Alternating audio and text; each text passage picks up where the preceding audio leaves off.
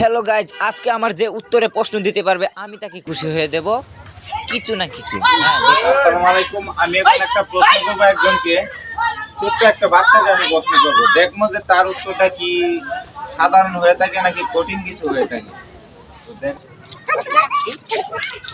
আমার কর্ম ঠিক আছে, তুমি কও কোন দিন সবচেয়ে বেশি তোমার দুঃখের ছিল?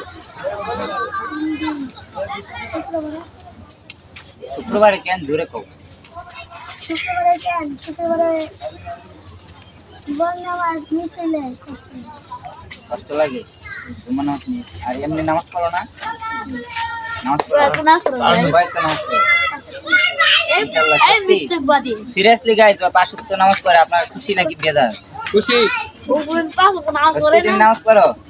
নাও, তোমার কাছে আমি 20 টাকা দিলাম, এটা আমি খুশি হয়ে দিছি তোমার এমনি দিন, ঠিক আছে?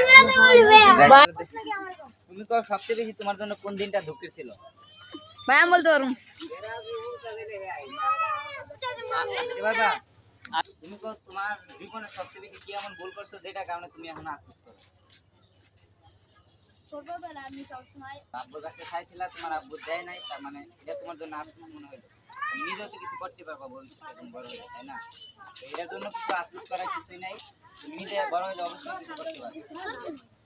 আমি এটা কথা বলি, এমন কিছু কইছিলাম, এই কথাটা তোমার মানে ওর সাথে ম্যাচিং করে।